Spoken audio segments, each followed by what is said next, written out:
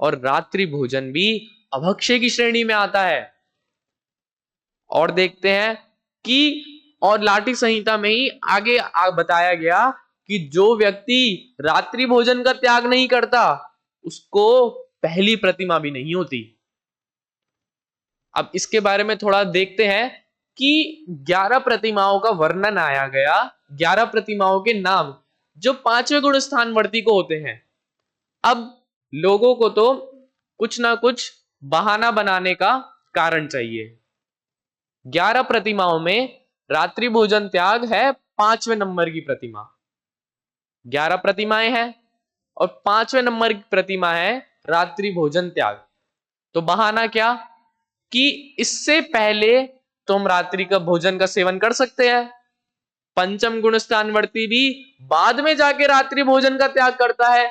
जब 5 प्रतिमा हो जाए उसके बाद छठी प्रतिमा रात्रि भोजन प्रतिमा, उसका त्याग तब होता है।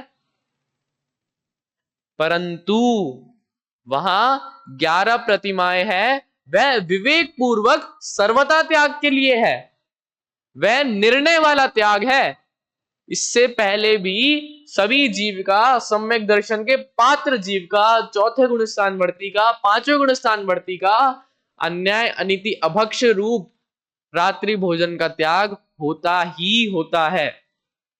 और यहां पहली प्रतिमा से यही बताना चाह रहे हैं कि जिस व्यक्ति ने रात्रि भोजन का त्याग नहीं किया ना, उसको पहली प्रतिमा भी नहीं टिकने वाली, अर्थात वही 5वां गुण स्थान तो दूर, सम्यक दर्शन भी ना हो।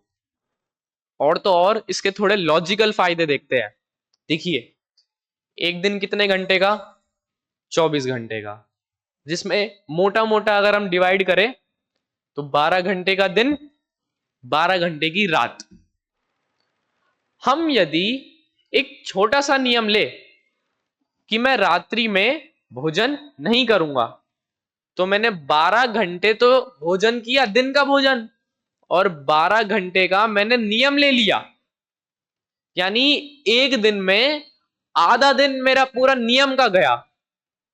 तो एक महीने में कितने दिन मेरे नियम गए? 15 दिन पूरे।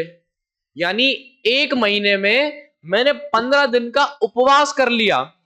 और एक साल में, एक साल भर में ही मैंने 6 महीने जितना उपवास कर लिया। मात्र किसका? एक नियम के वजह से कि मैं रात्रि में भोजन नहीं करूंगा, रात्रि में सेवन नहीं करूंगा। मात्र इतने से, एक छोटे से नियम के कारण 6 महीने का उपवास हो गया और हमें पता ही नहीं कि हम ये कर सकते हैं। और हम देखें सामान्यता से यह कोई कठिन काम नहीं है, यह कोई पुरुषार्थ का काम नहीं है। रात्रि का समय जिसमें 8 से 10 घंटे तो सामान्यतः सब जन सोते ही सोते हैं, और उसके बाद बस बचे 2-3 घंटे। अब उससे पहले यदि भोजन कर ले तो हमारा 6 महीने का सीधा सीधा साल भर में उपवास हो जाता है और उस उपवास का फल भी मिलता है। अर्थात जब ये 6 महीने का उपवास रखा तो समझ लीजिए 6 महीने में भोजन के साथ साथ भोजन के आरंभ का भी त्याग हो गया। आरंभ अर्थात उस भोजन को बनाने की सारी क्रियाएं। यदि रात्रि भोजन त्याग हो जाए तो रात्रि में भोजन बनाने की प्रक्रिया का भी त्याग हो जाएगा। रात्रि में कोई खाना ही नहीं बनाएगा, अर्थात उस समय भी जो कार्य करने में हिंसा हो रही थी उस हिंसा से भी मैं बच गया। तो साल भर में कितनी हिंसा से बच गया मैं? 6 महीने जितनी हिंसा से बच गया, मात्र एक नियम के कारण कि रात्रि में अब मैं सेवन नहीं करूंगा। और तो और ये तो रही थोड़ी जैन धर्म की बात, परंतु ऐसे कई आचार्य हुए हैं जिन्होंने समय समय पर रात्रि भोजन त्याग का उपदेश दिया, निर्देश दिया, अतः कहे आकाशवाणी कर दी कि रात्रि भोजन का त्याग तो करना ही करना है। अब थोड़ा सा अन्य मत की तरफ चलते हैं।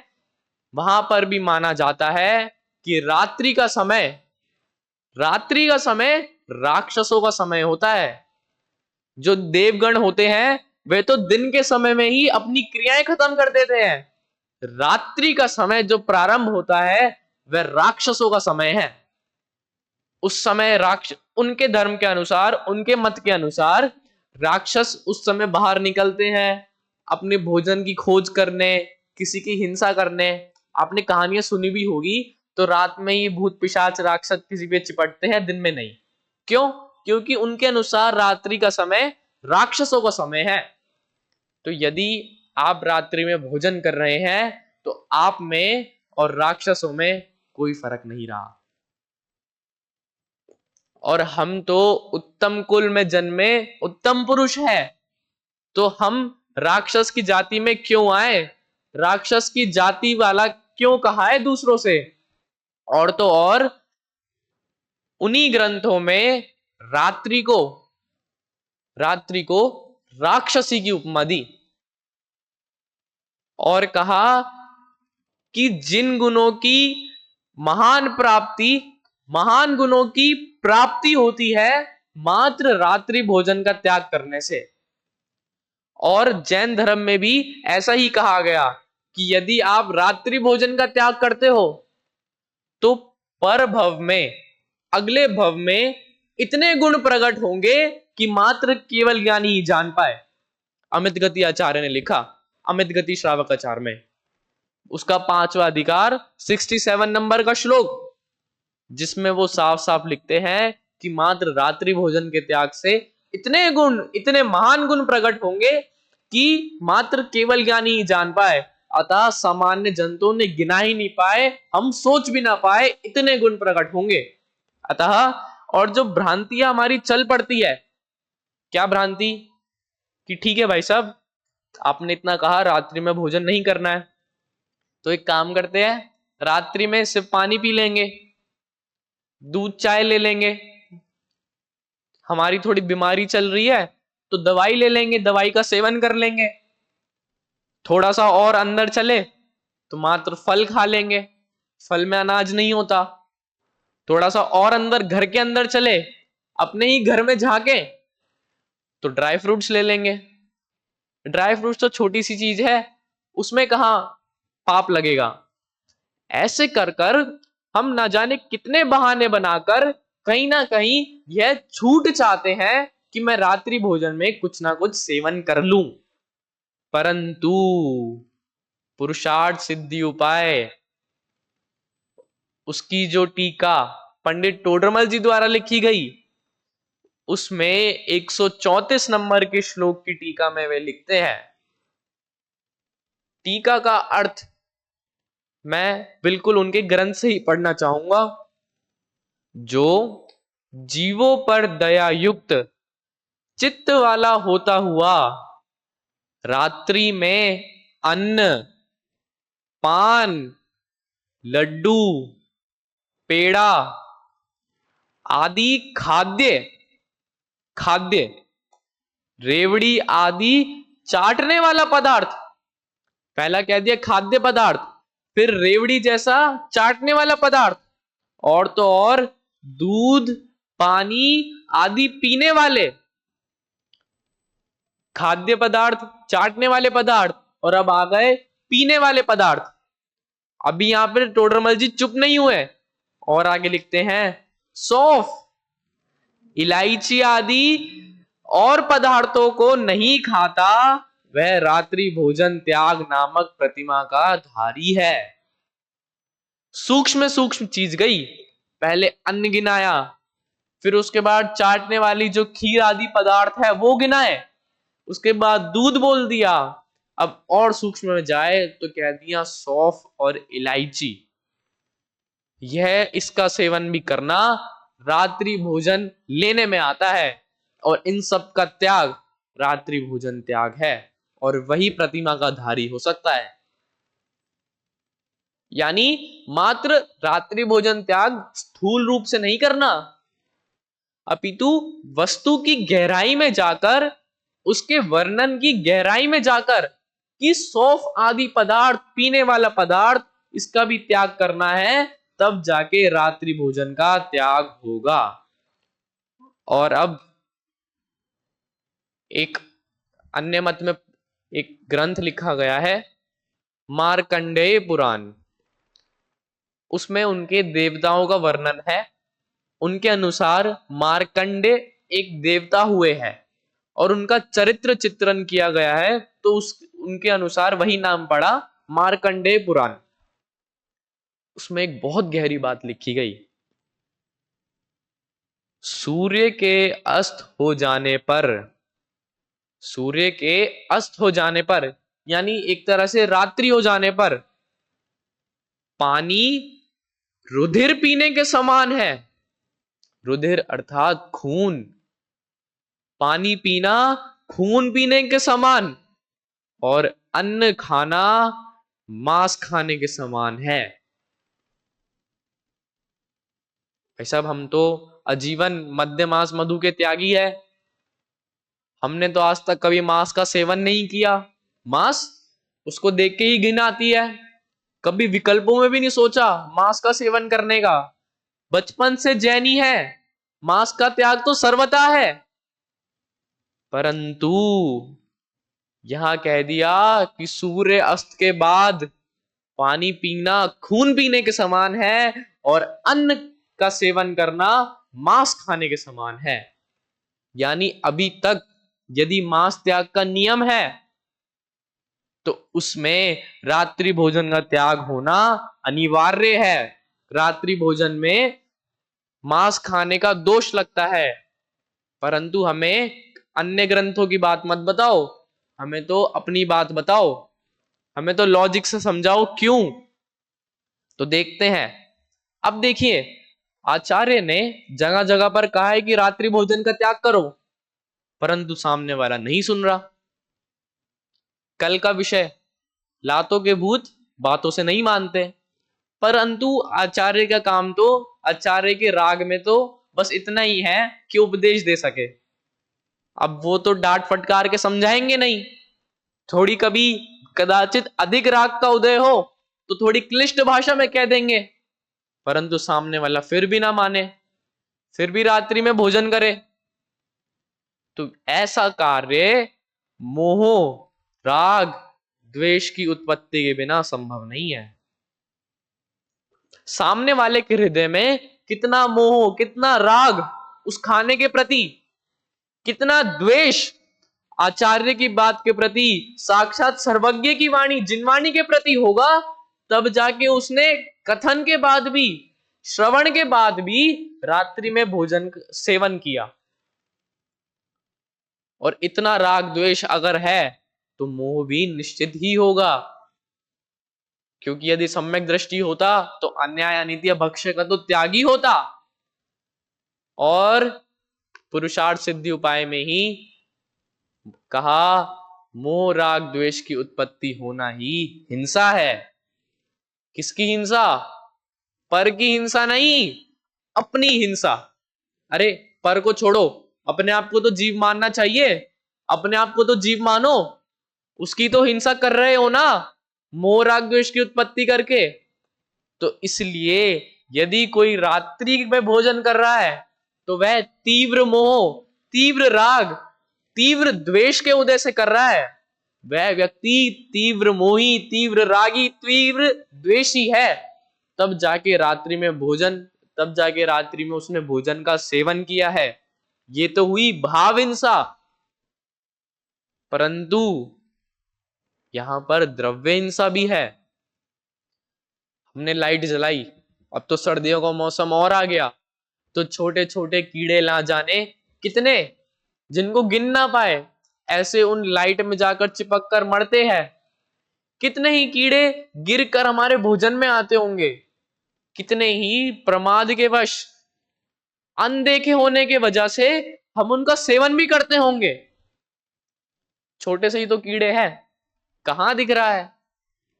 एक वास्तव की कहानी है।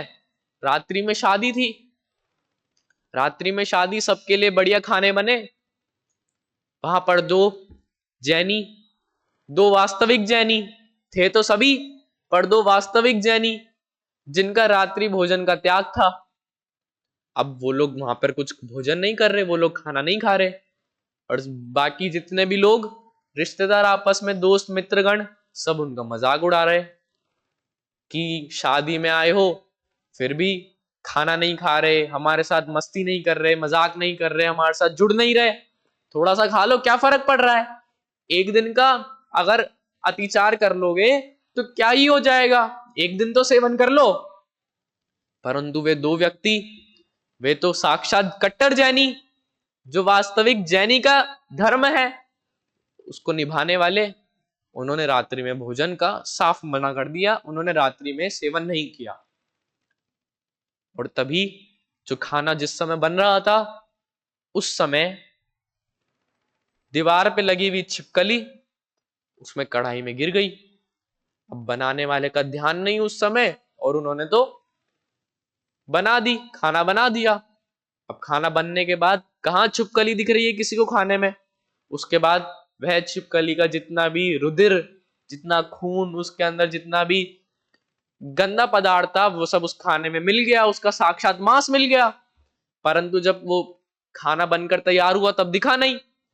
अब उन दो व्यक्ति को छोड़कर सबने उस खाने का सेवन किया।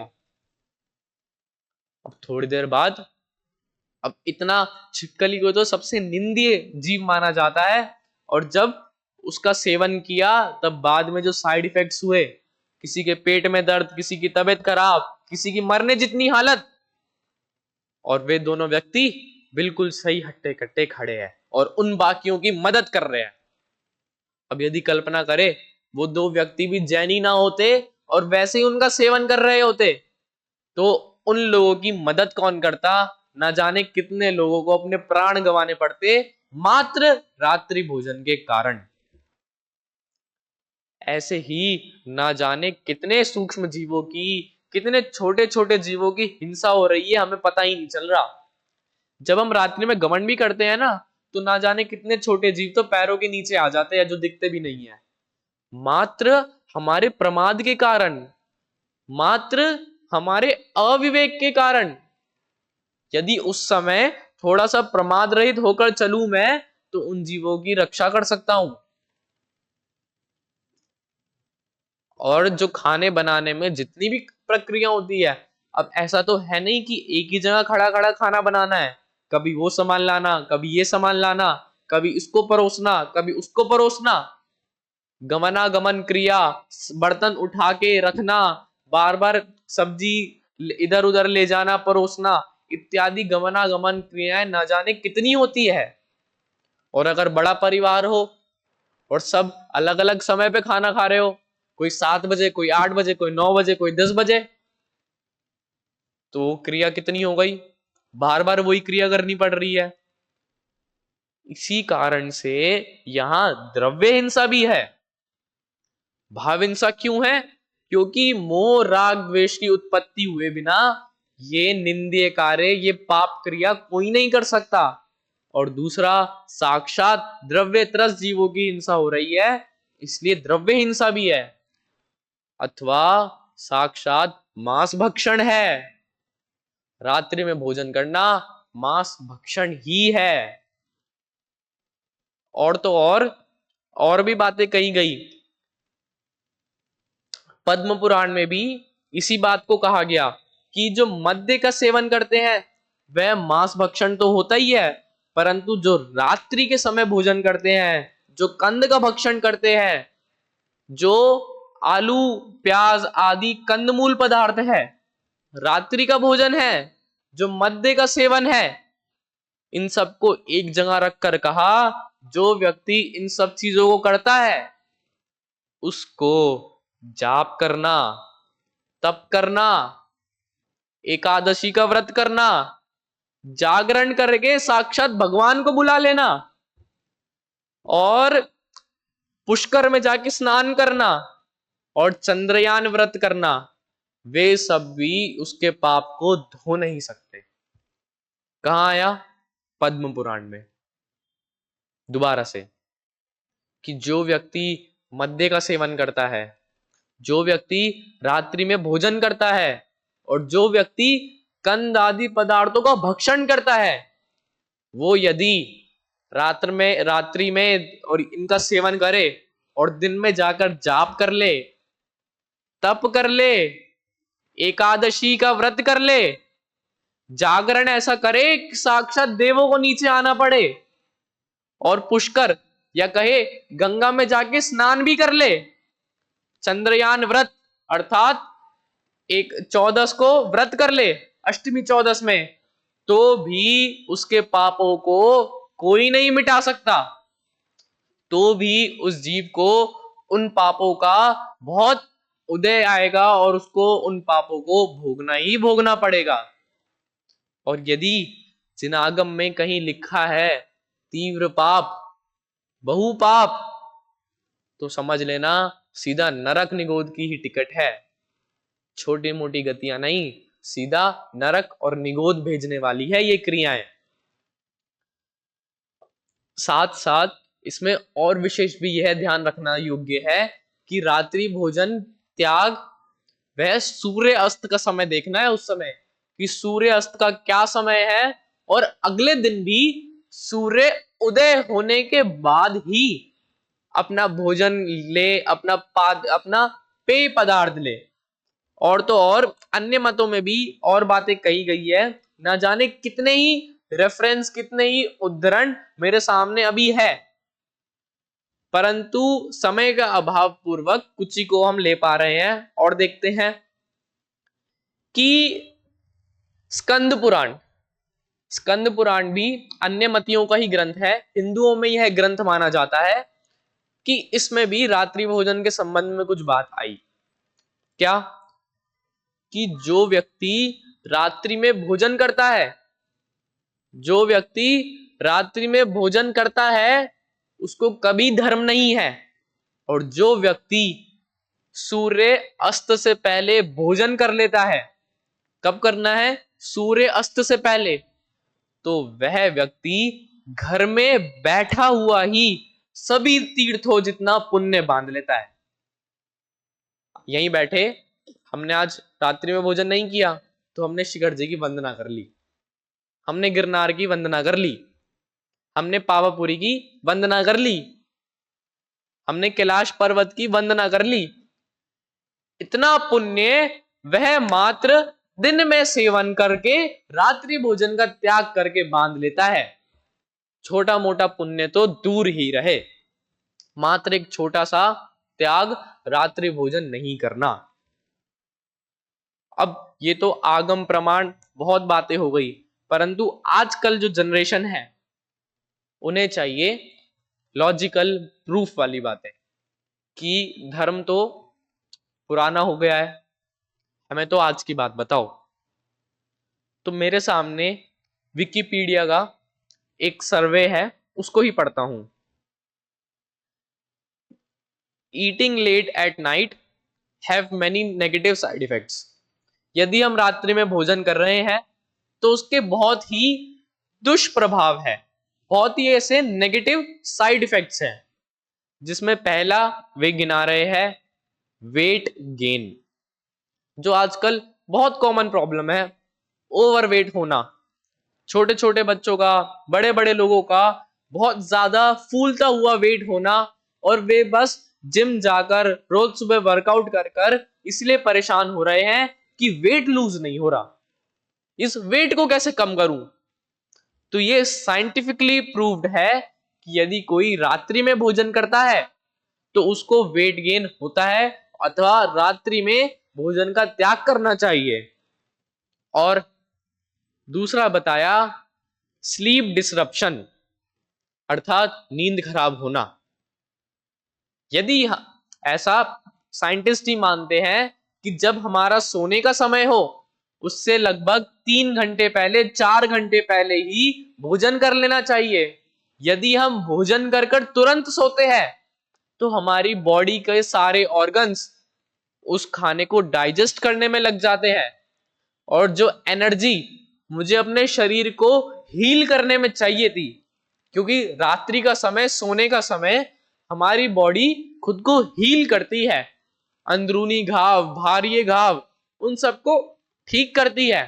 पर यदि रात्रि में भोजन किया तो हमारा शरीर उसको पचाने में लग जाता है, उसको पचाने की डबल मेहनत में लग जाता है, और हमारी बॉडी हील नहीं हो पाती। इसलिए नींद खराब होती है। और तो और हमारी जो आंतें हैं, जो इंटेस्टाइन है, उसकी रचना फूल की तरह है, कमल के फूल की तरह। जैसे सूर्य उदय होता है तो कमल का फूल अपने आप खिल जाता है, और रात्रि के समय वह कमल अपने आप बंद हो जाता है। वैसे ही हमारी आंतों का भी वही काम है। सूर्य अस्त हुआ और वह अपने आप को सिकोड़ लेती है, और सूर्य उदय होने के बाद ही पश्चात वह अपने आप को पुनः खोलती है। और इसी प्रक्रिया में जब वह खुद को संकोच कर लेती है, उस समय हमारे खाने का जो उचित डाइजेशन होना चाहिए था वह नहीं हो पाता। और क्या लिख रहे हैं? मेटाबॉलिक सिंड्रोम, मेटाबॉलिज्म हाई होना, दिल की बीमारी हो जाना, अचानक से हार्ट अटैक आ जाना। आजकल बहुत सुनने में आ रहा है कि बहुत बढ़िया सुबह उठे, जॉगिंग करके आए, बढ़िया बैठे, खाना खाया, तुरंत हार्ट अटैक आ गया। अच्छा खासा हंसता खेलता आदमी, एकदम हार्ट अटैक आ गया। क्यों? क्योंकि रात्रि भोजन करने से मेटाबॉलिक सिंड्रोम होता है, हमारा मेटाबॉलिज्म हाई हो जाता है। और कॉमन बीमारी, हाई ब्लड प्रेशर और कोलेस्ट्रॉल लेवल बढ़ता है।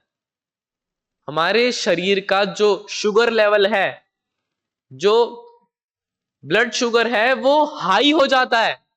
और साथ साथ कोलेस्ट्रॉल, एसिडिटी, ऐसी समस्या भी हमें उनका सामना करना पड़ता है। और सबसे अंतिम जो इस लिस्ट में, विकिपीडिया की लिस्ट में है, आप सर्च भी कर सकते हैं, उसमें सबसे अंतिम लिखा, इंक्रीज रिस्क ऑफ कैंसर। अब बताइए, सबसे अंतिम दाव फेंका है अब उन्होंने कि कैंसर हुआ तो अब तो मृत्यु हुई है।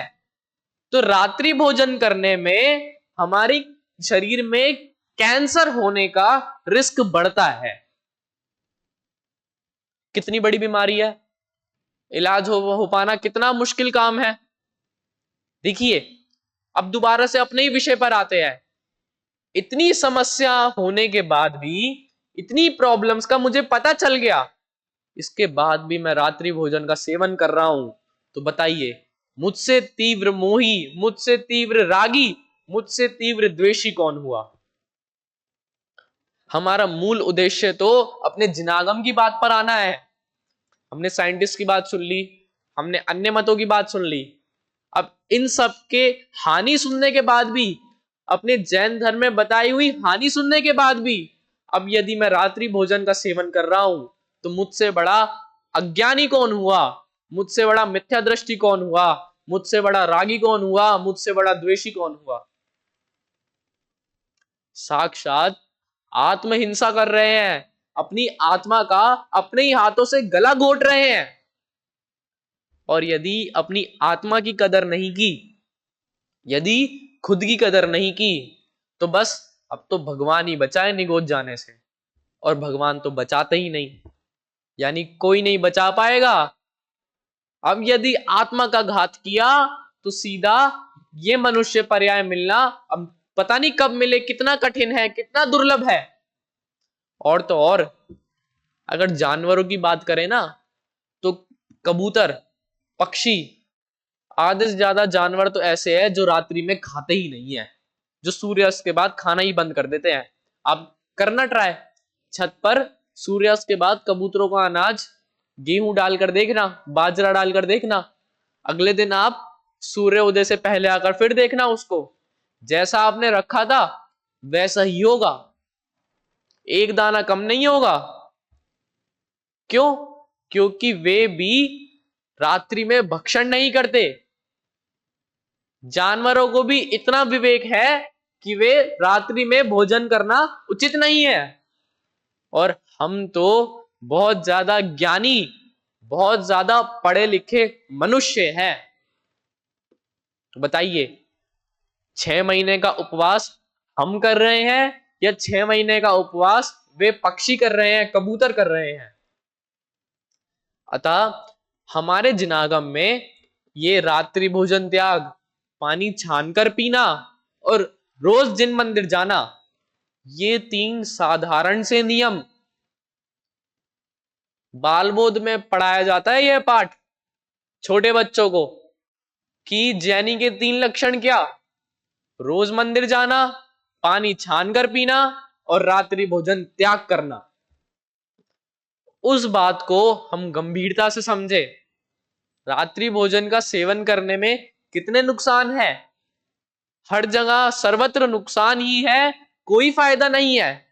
इस बात को हम समझे, गहराई से इस बात का चिंतन करें और आज ही इसका निषेध करें। इसी भावना से आज की बात को यहीं विराम दूंगा। ओम नमः सिद्धेभ्यः।